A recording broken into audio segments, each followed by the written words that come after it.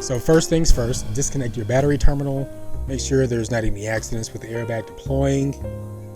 So typically I just disconnect the negative and put a towel over the terminal so it doesn't bump up against anything, spark. And then I also put a towel around the trunk latch to make sure that it doesn't close and then you can't get it open with no power.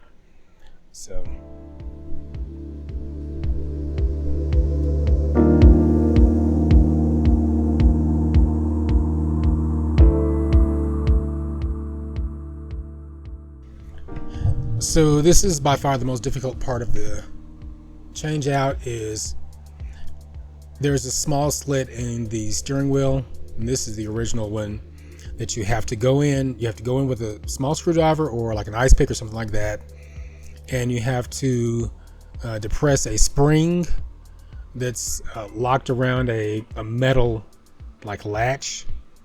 So since you can't see it, you just kind of have to feel around inside until you feel the spring, and then you have to push it inwards.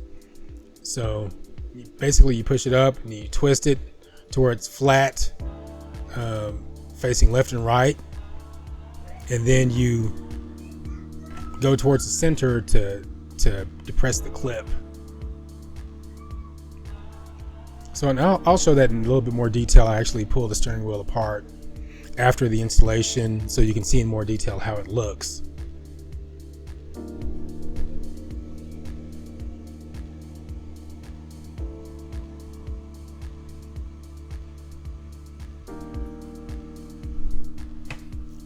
But overall, this actually took me about 30 minutes just to get that one side. So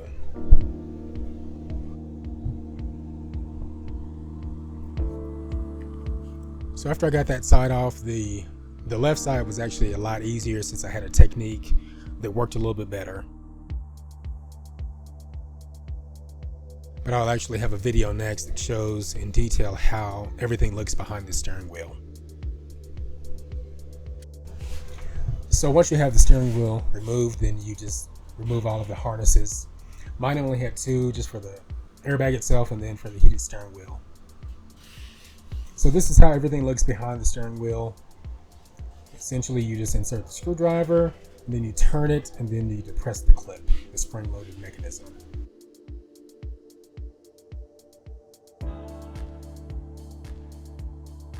So this is how it looks inside. Insert the screwdriver, turn it, depress toward the center.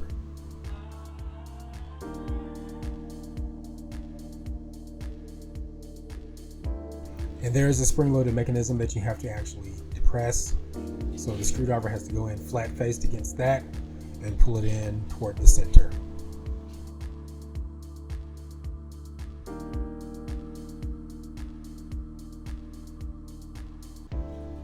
And there's a clip in the back where it latches onto.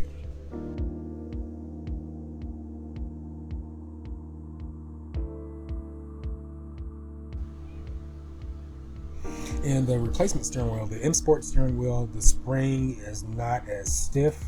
It's a different design altogether, and it's a lot easier to depress that clip. But you're really not going to have to do that because you're just installing the M Sport steering wheel.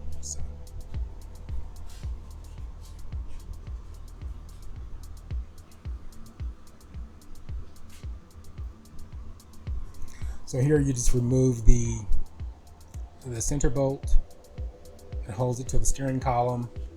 I think it's a 14 millimeter, I'm not sure. It comes off pretty easy. And at this point, you've already got all your harnesses removed, unclipped.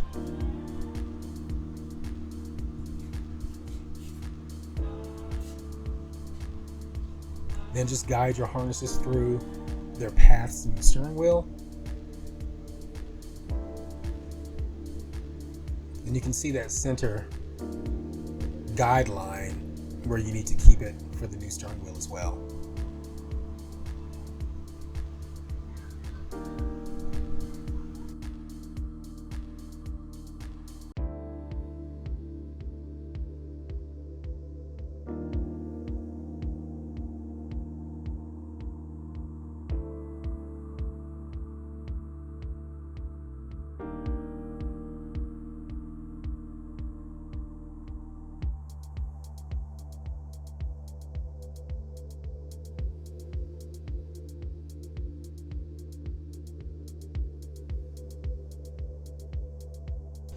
So on to installing the new steering wheel import. It's essentially just reverse. So the import steering wheel does not have the heated element in it. It's just the airbag. So that's the only connector at this point for this one.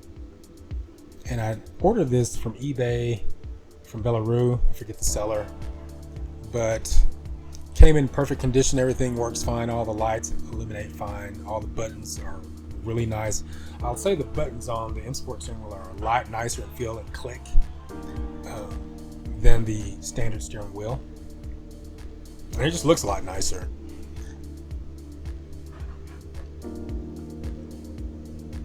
But I knew that when I got this car, I did want to swap out the old steering wheel for the import.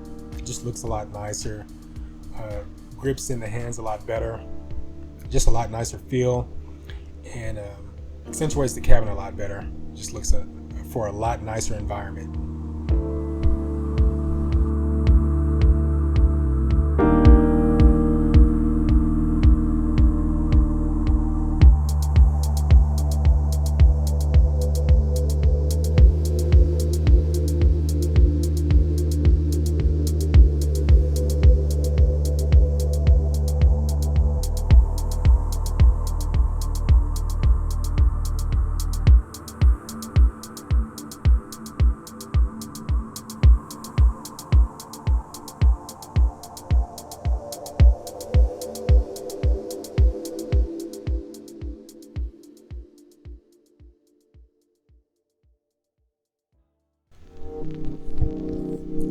So the next thing after you get the steering wheel installed is to code it. So the steering wheels in Germany are single stage and US versions are dual stage. Someone may feel free to correct me if I'm wrong, but I believe the dual stage, it's the pressure plate in the seat detects how heavy the passenger is to determine how much force the airbag is deployed. And the single stage just has a single velocity for deployment.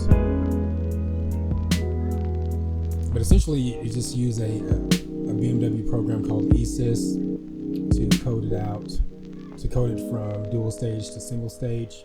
Otherwise, you get an SRS light that stays on, or airbag light that stays on. So I actually didn't get it accomplished at this point in time. About a week later, it took me a lot of research to get this figured out, but well worth it.